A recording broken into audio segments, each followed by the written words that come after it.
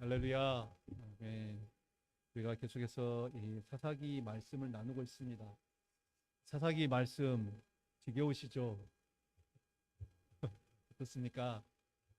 정말 밝고 좋고 긍정적인 이야기들을 해야 되는데 계속해서 이 사사기를 보는 내내 그들이 하나님의 말씀대로 잘 순종했다, 또 하나님 말씀으로 행했더니 복을 받았다, 뭐 이런 이야기가 아니라 계속해서 불순종한 역사들, 뭐 어두운 이야기들, 성경에 왜 이런 이야기들이 자꾸 나오는가, 이런 이야기들이 많이 나오곤 합니다.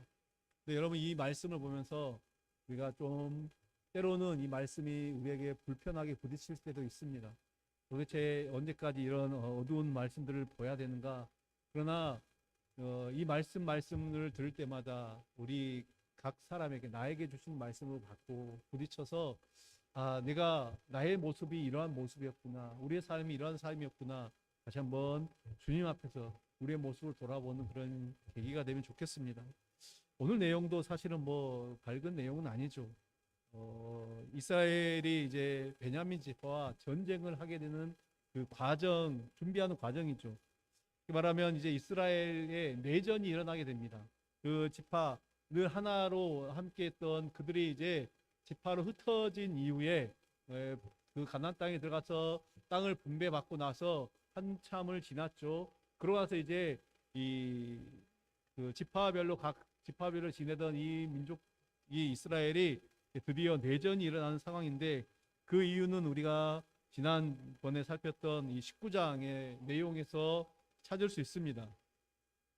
앞서 이제 우리가 말씀을 나눴듯이 레위인이 등장하는데, 이 레위인이 자신의 첩이 그 기브아 성읍에서, 베냐민 지파의 기브아 성읍의 불량배들에 의해서 죽게 되자 그 시체를 집으로 가져가서 이제 시체를 각각, 좀 끔찍한 일이죠, 토막을 내서 그 이스라엘 모든 전역에 흩어져 있는 그 지파들에게 보내게 됩니다.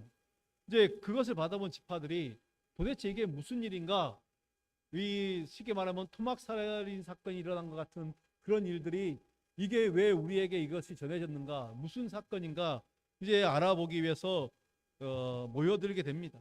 그래서 그들은 한 번도 우리가 겪어보지 못한 일이다, 그렇게 이야기합니다. 그래서 오늘은 이 레위인의 행동에 대한 이스라엘의 반응, 그리고 이스라엘 지파에게 자신이 당한 일을 고하는 그 레위인, 이 통해서 이제 과연 이들의 모습을 통해서 과연 나는 나의 이웃에게, 나의 형제에게 그들을 어떻게 대하는가 한번 살펴보기를 원합니다. 먼저 이제 오늘 본문 1절 2절을 보면은 이스라엘이 왜 모였는지, 왜 그 40만이라는 대군이 칼을 빼들고 나왔는지 이유가 분명하게 나와 있습니다. 1절 2절을 보겠습니다. 이에 모든 이스라엘 자손이 단에서부터 브에르세바까지와 길앗 땅에서 나와서 그 회중이 일제히 미스바에서 여호와 앞에 모였으니, 온 백성의 어른 곧 이스라엘 모든 지파의 어른들은 하나님의 백성의 총에 섰고 칼을 빼는 보병은 40만이며 말하고 있습니다. 모든 이스라엘 자손이 모였습니다. 단에서부터 브엘세바까지, 그러니까 이스라엘 최북단 단지파죠, 최남단 브엘세바까지, 그리고 길앗 땅에서, 그러니까 이제 요단 동편에서 이스라엘 전역에서 그 백성들이 모였는데, 얼마만큼 모였습니까? 40만 명. 칼을 빼는 보병이 40만 명이나 이렇게 모였다라고 말하고 있습니다. 정말 대단한 그런 숫자가 지금 모여 있는 것을 우리는 볼 수가 있습니다.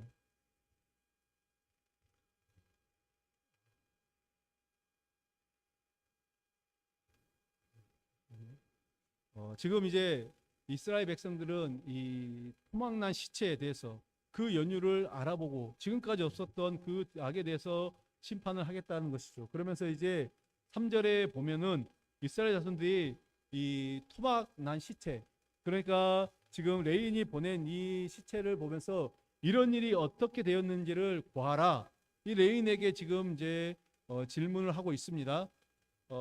이스라엘의 요구에 레인은 자신이 기브아에서 어떤 일을 당했는지를 설명을 하고 있습니다. 그것이 오늘 4절 5절의 그런 말씀입니다. 레인의 이 말을 들은 이스라엘 자손은 그 기브아 성읍의 베냐민 족속들이 행한 그 악한 일에 대해서 분노하고, 이제 그 악한 일을 한 그 이 지파 베냐민을 징계하자 그렇게 이 마음을 모으고 있습니다. 그리하여 이제 이 베냐민과 이스라엘 전쟁에 이스라엘 사이에 이제 전쟁이 일어나게 된 것이죠.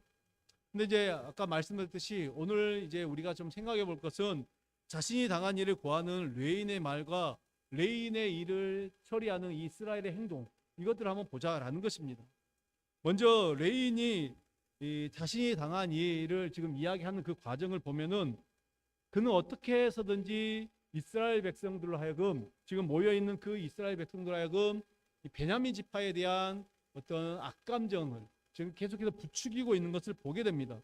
베냐민 지파에 대해서 분노하도록 지금 말을 하고 있습니다. 어떻게 보면 지금 이 몇몇 그 불량배들에 의해서 일어난 악행이죠. 그런데 이것을 마치 침소봉대하여서 그 확대 해석하여서 마치 베냐민 지파 전체가 잘못을 한 것처럼 확대 해석하고 있습니다. 사실 레이는 그렇게 베냐민 지파에게 악감정을 가질 필요가 없었습니다. 그는 베냐민 지파 사람 전체에게 당한 것이 아니라 그 베냐민 지파의 기브아라는 성읍, 그리고 그 성읍에 있는 몇몇 불량배들, 그들에 의해서 몹쓸 짓을 당했습니다. 그런데 레위는 성읍의 불량배들이라 말하지 않고 베냐민에 속한 기브아라고 말하면서 마치 기브아에 있는 모든 사람들이 자신을 대적하고 그 사람들에 의해서 자신이 이런 일을 당한 것이다, 그렇게 지금 말하고 있습니다. 우리도 이런 경우가 얼마나 많은지 모릅니다. 어떤 일을 당했을 때, 누군가로부터 이런 불이익을 당했을 때 마치 그 무리가, 예를 들어서 그 사람이 속한 그 모든 전체를 다 집단으로 나쁜 쪽으로 매도하는 것이죠. 나쁜 사람들로. 특별히 이제 정치권이나 이런 데서 보면은 이런 일들이 너무 많이 일어납니다. 그래서 마치 그곳에 속해 있다라는 것만으로도 우리가 잘 알듯이 이제 이 코로나가 처음에 발생할 때 교회 어디 그 처음에 이제 확대되는 계기가 사실은 이제 대구에 있는 신천지의 그 모임이었습니다. 그런데 그 이후로 계속해서 교회가 이 안 좋은 사람들의 소위 말하는 프레임이라 그러죠. 그런 씌워져서 교회가 자꾸만 뭔가 나쁜 것을 하는, 나쁜 원상인 것처럼, 그렇게 전염병을 퍼뜨리는 곳인 것처럼 그렇게 말하고 있습니다. 그래서 교회는 가면 안 되고, 실제로 그때 당시에 이제 저도 이제 그 청미던 청년들이 교회 갔다는 이유로 회사에서 잘리는 경우가 있었습니다. 근데 교회는 괜찮고, 마트에 사람들 많이 모이고, 어디에 많이 모이는 것은 괜찮고, 교회는 안 괜찮고, 이런 것들이 있다라는 것이죠. 마치 몇몇 사람들 때문에 그 집단을 나쁜 쪽으로 몰아가는 것입니다. 그래서 보면은 이제 이게 이 레인의 말을 보면은 5절에 보면은 기브아 사람들이 나를 치러 일어났다라는 말을 통해서 그가 지금 어떻게 말을 하고 있는지를 볼 수가 있습니다. 분명히 기브아 사람들이 레인을 치려고 했던 일은 없었습니다. 그런데도 불구하고 레인은 자신에게 해를 입힌 사람을 기브아 사람 전체, 성읍의 불량배들, 몇몇의 불량배들에서 성읍 전체로 확대시키고 있습니다. 뿐만 아니라 지금 이 레이는 조금 없는 이야기, 과장해서 이야기를 하고 있죠. 있는 사건을 이야기하면서 부풀려서 또 없는 이야기까지 과장하는 것을 보게 됩니다. 그래서 다시 이제 5절에 보면은 이렇게 이야기하고 있습니다. 기브아 사람들이 나를 치러 일어나서 밤에 내가 묵고 있던 집을 에워싸고 나를 죽이려고 내 첩을 엿보여 그를 죽게 한지라. 일면 맞는 말도 있고 과장해서 한 말도 있죠. 물론 이제 강압적인 분위기는 맞았습니다. 그래서 집에 모였고 그럴 거는 맞죠. 그런데 죽이겠다라고는 말하지 않았습니다. 그들이 뭐라고 모였습니까? 죽이겠다는 것이 아니라 그와 관계하겠다, 그리고 이제 동성애를 하겠다라고 그렇게 이야기를 했습니다. 그리고 이제 첩이 죽게 된 것 역시 사실은 이제 따지고 보면은 레인은 자신이 살겠다고 첩을 내어준 것입니다. 사람들이 첩을 내놓으라라고 말하지 않고 레인을 내놓으라라고 이야기했는데, 레인은 자신이 살겠다고 첩을 내놓아서 그거로 말미암아 죽겠던 것이죠. 그런데 이제 마치 그 사람들이 뭐 물론 이제 그 사람들에 의해서 또 욕을 벗고 또 죽게 된 것은 맞습니다만은 조금 부풀리고 있는 것을 보게 됩니다. 그런데 이제 레이는 그런 모든 것들을 마치 이제 베냐민 땅에 있는 기브아 사람들이 베냐민 사람들이 자신의 첩을 죽이고 자신마저 죽이려 했다라고 말함으로써 이스라엘 자손들 하여금 그 베냐민 자손에 대해서 자꾸만 분노하도록 그렇게 부추기고 있습니다. 이러한 레인의 말을 볼 때 레인의 마음에는 어떤 것이 있습니까? 오직 복수심만 불타고 있는 것이죠. 내가 이런 일을 당했으니까 내가 이 꼭 당한 만큼 갚아야 되겠다라는 그런 어떤 복수심이죠. 레인을 통해서 우리는 전혀 하나님의 백성다운 모습을 찾아볼 수가 없습니다. 어떻습니까? 처음에 첩이 행음했음에도 불구하고 그는 하나님의 말씀대로 처리하지 않았습니다. 뭐 그것을 시작으로 해서 이미 이제 그가 말씀과는 상관없는 그런 삶을 살아가고 있다는 것을 지금 계속된 그의 행동을 통해서 적나라하게 보여주고 있습니다. 만약 레인이 하나님을 생각하며 사는 사람이었다. 그러면 지금 자신이 기브아에서 당한 일에 대해서 어떤 태도를 보여야 했을까요? 하나님의 말씀대로 한다면 첩은 당연히 죽어야 됐습니다. 죽어야 될 사람이죠. 그런 면에서 보면은 이 첩의 죽음 앞에서 이 레인이 하나님을 먼저 생각했다면은 오히려 하나님의 말씀대로 살지 않았던 자신의 죄를 먼저 발견했을 것입니다. 아, 내가 쉽게 하면 이런 것이죠. 이런 것일 수도 있죠. 내가 하나님 말씀대로 율법대로 첩을 죽이지 않았더니 하나님께서 죽게 하셨다. 이런 식으로도 해석할 수가 있습니다. 근데 그런 것이 어떻게 보면은 하나님의 뜻을 깨달으려고 하고 하나님의 뜻이 무엇인지를 알려고 하는 그런 노력입니다. 그런데 그는 하나님을 생각하지 않았습니다. 오히려 자신이 당한 일에 대한 악한 감정과 분노만 남아있죠. 그리고 그의 악한 감정은 그런 자신에게 해코지를 했던 성읍에 있는 그 불량배들에게만 머무른 것이 아니라 성읍 전체, 아니 베냐민 사람 전체로 확대를 하고 있는 것을 보게 됩니다.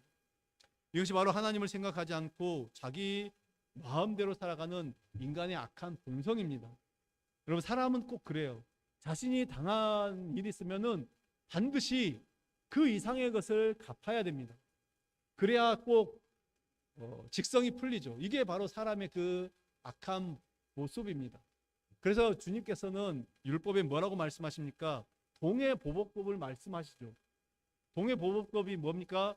눈에는 눈, 이에는 이. 눈에는 눈이고 이에는 이다. 이게 나쁜 말인 것 같지만은 사실은 그 이상의 것은 넘어가지 말라는 것입니다. 우리가 사람이 그렇게 자기가 당하면은 더 이상의 것을, 내 눈이 한쪽이 나갔는데 반드시 나는 보복을 해서 눈 둘 쪽을 다 상하게 해야 되는, 이게 사람의 심리이기. 그래서 하나님은 동해 보복, 같은 걸로만 해라. 그 이상을 넘어가지 말라. 어떻게 보면 이 말씀은, 이 율법의 말씀은 오히려 인간의 그 악한 감정을 절제하기 위해서 주신 하나님의 배려의 말씀입니다. 레이는 자신의 잘못을 생각하지 않았습니다. 다만 자신이 당한 일만 지금 생각하고 있죠. 자신이 당한 일에 하나님이 개입되어 있다. 하나님이 개입되어 있을 수도 있다. 이것은 전혀 염두에 두지 않고 있다라는 것입니다. 여러분, 그럼 우리의 모습은 어떻습니까? 우리에게 일어나는 모든 일에서 이것은 하나님께서 하신 일이다라고 여러분 그렇게 생각하십니까? 아니면은 내가 당하는 일, 내가에게 일어난 일들 가운데 우리의 감정들과 또 우리의 어떤 판단으로만 그렇게 일을 바라보고 있습니까? 아마 우리가 어떤 불의한 일을 당하면은 하나님께서 하신 일이다라고 생각하기보다는 우리의 감정이 앞서는 게 우리의 모습입니다. 사실 그런 모습이 많이 있습니다. 그래서 그 감정을 가지고 일을 부풀려서 말하기도 하고 없는 일을 있는 것처럼 꾸며서 해석해서 말하는 것이 우리의 모습입니다. 그러나 우리 성도들의 삶은 늘 말씀 앞에서 살아가야 되는 것이죠. 말씀이 우선시 돼야 되는 것입니다. 우리의 생각과 행동의 모든 기준은 말씀이어야 된다라는 것입니다. 하나님의 말씀에 비춰서 내 허물, 나의 죄와 허물을 먼저 찾아내고 볼 수 있어야 됩니다. 이렇게 우리가 말씀에 비춰서 내 허물과 내 잘못을 찾아낼 때 중요한 것은 무엇이냐? 내 어떤 체면, 또 나의 감정, 나의 입장이 중요한 것이 아니라 과연 이 일을 통해서 내가 내 감정적으로 일을 처리함으로 인해서 하나님의 영광을 훼손시키는 건 아닌가? 나 때문에, 나에 의한 행동 때문에, 아니면 말 때문에 하나님이 무시를 당하는 건 아닌가? 하나님 말씀이 무시당하지는 않는가? 이것들을 우리가 먼저 생각해야 된다는 것입니다. 그럼 우리가 타인에 대해서 말을 할 때, 특별히 이제 나와 관계가 좋지 않은 사람들에 대해서, 좋지 않은 감정을 가지고 있는 사람들에 대해서 어떻게 말을 합니까? 아마 대부분 이 레위인처럼 작은 것, 좋은 것은 아주 작게 말하고 나쁜 것은 굉장히 부풀려서 말하는 게 우리의 모습입니다. 이런 솔직한 우리의 모습이죠. 그런데 이것이 이 하나님의 말씀을 거역하는 악한 것이다라는 걸 우리는 깨달아야 됩니다. 그러니까 우리가 사람과 대화를 많이 하면 할수록 더 많은 죄를 짓게 되는 것입니다. 왜요? 우리는 늘 그런 존재이기 때문에 계속해서 악한 것들이 나오기 때문에 사람과 사람과의 만남을 통해서 계속해서 죄를 짓게 됩니다. 그러면 어떻게 해야 됩니까? 우리가 나쁜 죄를 짓지 않기 위해서 사람을 만나지 않으면 되는 것입니까? 또 이것도 아닙니다. 사람을 만나지 않는다고 해서 우리는 죄를 안 짓는가? 아니죠. 사람 만나서 죄를 짓는 것 못지않게 계속해서 우리는 죄를 짓습니다. 그러면 어쩌라는 말입니까? 만나라는 것입니까? 만나지 말라는 것입니까? 아니요, 우리가 만나야죠. 어떻게 사람을 만나지 않고 살아갑니까? 만나시되 긍정적인 말, 축복의 말을 서로 주고받으라라는 것입니다. 더불어 회개를 많이 하십시오. 내가 하나님 앞에서 분명히 우리가 좋은 말을 많이 한다라고 하지만은 그러면서도 우리는 나도 모르게 생각으로 또 말로 또 부정적인 또 죄를 짓는 말들이 많이 있다라는 것입니다. 그러니까 회개를 많이 해야죠. 이것이 우리의 최선입니다. 할렐루야. 네. 다시 한번 할렐루야. 네. 정신을 차리시고 하겠습니다. 자, 그러면 이번에는 이 레인의 말을 들은 이스라엘의 그 반응을 한번 우리가 좀 살펴보겠습니다. 그럼 한 8절의 말씀 우리가 같이 한번 볼까요? 8절입니다. 모든 백성이 일제히 일어나 이르되 우리가 한 사람도 자기 장막으로 돌아가지 말며 한 사람도 자기 집으로 들어가지 말며 이렇게 말하고 있습니다. 지금 이스라엘 백성들은 악한 행위를 한 베냐민 사람들을 이제 우리가 심판하기 전까지는 우리 장막으로 결단코 자기 장막으로 돌아가지 않겠다. 정말 대단한 의지, 결연한 의지를 지금 보여주고 있습니다. 얼핏 보면 이 말씀을 보면은 마치 이스라엘은 죄에 대해서 우리는 이 죄를 우리의 공동체에서 끊어내야 된다. 죄를 참지 못하는 그런 모습인 것처럼 비춰집니다. 마치 예수님께서 이 의분을 가지시고 성전에서 장사하는 모든 사람들을 다 쫓아내신 것처럼 이 불의를 참지 못하는 것처럼 보이는 것이죠. 하지만 과연 이스라엘의 이런 행동이 그 죄를 용납하지 않겠다라는 그들의 어떤 결연한 의지입니까? 10절에 보게 되면은 이제 이스라엘은 이 망령된 행동을 한 베냐민을 징계하겠다라는 그런 말을 합니다. 과연 이들에게 있는 이 분노가 성전을 뒤엎으신 예수님의 그 분노와 같다라고 말할 수 있을까요? 만일 예수님의 그 분노와 같다라고 말할 수 있다라고 하면은, 그렇게 말한다고 하면은 최소한 이스라엘에는 죄가 없어야 됩니다. 그렇지 않습니까? 예수님은 죄가 없으신 분이십니다. 그러면은 내가 화내고 내가 분노하는 게 예수님처럼 같은 분노다라고 생각하면 그 역시 죄가 없어야 된다라는 것이죠.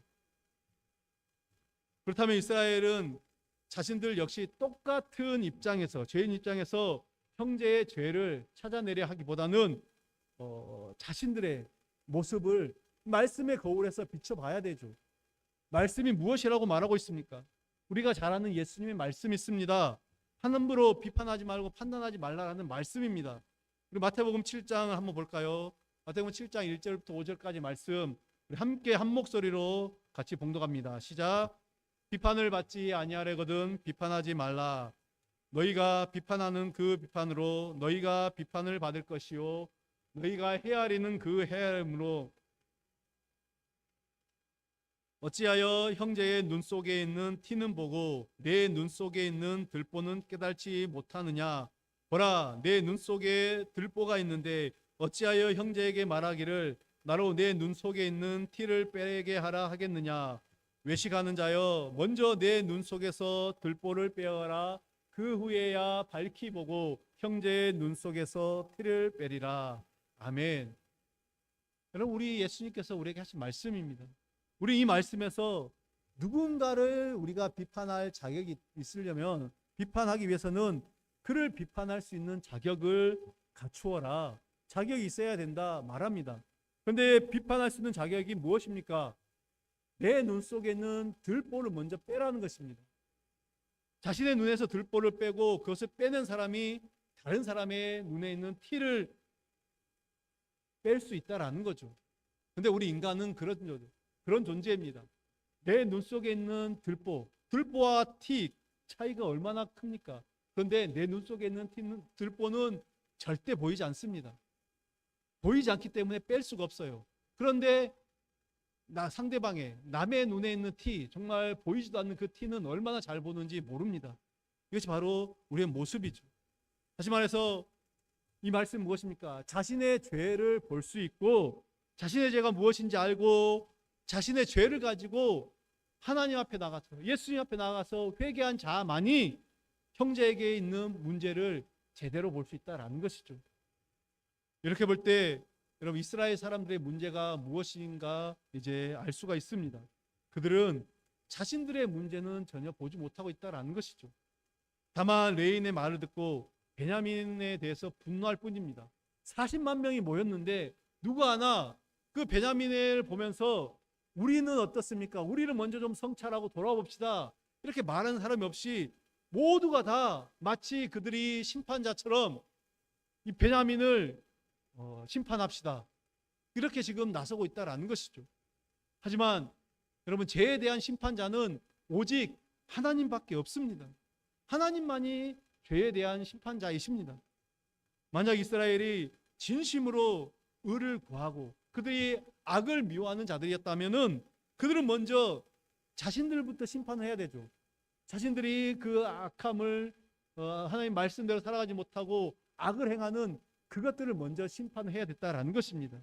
자신들의 죄와 악을 먼저 깨닫고 형제의 문제를 대할 때 또 이웃의 주변의 문제를 대할 때 본문에서 보는 어떤 이 모습은 보이지 않는다라는 것입니다. 그럼 이것은 오늘 우리들 역시 마찬가지입니다. 우리가 가만 보면 다른 사람의 죄와 문제에 대해서는 매우 민감합니다. 죄를 용납하지 않겠다. 어떤 그런 의분이라고 할 수 있는지 모르겠지만 그것을 가지고 행동하는 경우가 얼마나 많습니까? 그래서 누군가의 죄가 보일 때 그것을 그냥 그것을 넘어가지를 못하는 것입니다. 제가 한 이틀 전인가요? 이제 차를 타고 여기 이제 백림약국 앞을 지나가게 되었습니다. 지나가면서 이제 교대 쪽으로 가는데 지금 이제 공사 중이니까 굉장히 좀 복잡하잖아요. 근데 2차선에 그 앞에서 뭐 이제 그 용달 화물차가 잠깐 무슨 일을 보면서 이제 비상 깜빡이를 켜고 있었는데 그 뒤에 따라오던 그 자가용이 저는 이제 백약국을 해서 우회전을 할 줄 알았어요. 신호는 앞에 신호는 이게 빨간불입니다. 그래 그 차가 우회전 하려고 하는 줄 알고 앞에 차가 잠깐 멈춰 있는데 끝까지 크락션을 계속 울리고 있는 겁니다. 한 번, 두 번 하는 게 아니라 계속 앞에 신호가 바뀔 때까지. 그러면서 저 사람 되게 급한가 보다. 우회전 해야 되는데 지금 차를 막고 있어서 그런가 보다. 그랬는데 신호가 바뀌니까 직진을 하는 거예요. 어차피 크락션 안 울려도 신호 때문에 못 가요. 그런데 그것을 보지 못하고 그런 어떤 계속해서 울리고 있는 것을 보게 되었습니다. 이게 우리의 모습입니다, 여러분. 남의 그 죄, 자그마한 허물, 그 죄라고 말할 수 있을까요? 그것을 보면서 그것을 참지 못하는 것이 바로 우리의 모습입니다. 근데 이제 또 저도 죄를 지었습니다. 뭐예요? 아, 왜 저러고 있어? 왜 저래? 왜 크락션을 울리는 저도? 아니, 좀 참고 기다리면 되지. 저도 이제 한마디 거두는 거죠. 그걸 보면서. 아, 굳이 그렇게 해야 되나? 이것도 사실은 제가 판단하는 겁니다. 정죄하는 겁니다. 여러분, 이런 것들이 우리의 모습이다라는 것이죠. 우리는 그래서 스스로 생각해 봐야 될 것은 과연 우리는 나의 들보를 보고 행동을 하는가? 혹시 내 형제의 눈에 있는 티는 그렇게 잘 보는데 내 자신에게 있는 들보는 전혀 보지 못한 채 행동을 하는 것은 아닌가? 여러분, 죄에 대한 심판자 오직 하나님밖에 없습니다. 그리고 하나님은 그 심판을 누구에게 맡기셨습니까? 예수님에게 맡기셨습니다. 그리고 그 심판자이신 예수님, 그 당신의 율법대로, 당신의 법대로 우리들을 다 심판으로 멸망시킨 것이 아니라 오히려 당신이 십자가를 지심으로 그 멸망마다 마땅한 우리들을 용서하시고 우리를 영원한 생명으로 옮기셨습니다. 여러분, 우리가 이런 큰 은혜를 입은 존재들입니다. 우리는 예수님께 이런 큰 은총을 받은 사람들입니다. 그렇다면 우리 그리스도의 은총을 알고 우리 하나님의 그 사랑과 자비를 아는 성도라고 하면 이제 우리도 마찬가지로 우리의 이웃, 우리의 형제의 죄를 심판하고 정죄하려 하기보다는 오히려 그들이 잊고 있었던 하나님의 사랑하심과 자비하심, 그 그리스도의 용서의 은총이 어떤 것인지를 우리가 깨닫게 일깨워 주기 위해서 그렇게 다가가야 될 것입니다. 그래서 우리에게 필요한 것은 무엇입니까? 비난과 정죄가 아니라 사랑과 용서인 것입니다. 이 마음으로 오늘도 이번 한 주도 또 살아갈 때 승리하는 우리 주님의 자녀들 되시길 간절히 바랍니다. 기도하겠습니다. 하나님 아버지, 감사합니다. 오늘도 주께서 우리에게 주신 말씀을 통해서 하나님, 우리가 얼마나 악한 존재이고 우리가 얼마나 멸망받아 마땅한 존재인지를 하나님 보게 하시니 감사합니다. 주님 아버지, 이것을 깨달은 우리, 이제 우리에게 넉넉한 마음, 그리스도의 그 자비하심과 사랑의 마음, 용서의 마음을 주셔서 주님께서 우리에게 행하셨던 것처럼 우리도 우리의 이웃과 우리의 지체들, 우리의 형제들을 그렇게 사랑하고 용서하며 섬기는 믿음의 사람이 될 수 있도록 도와주시옵소서. 예수님의 이름으로 기도드립니다. 아멘.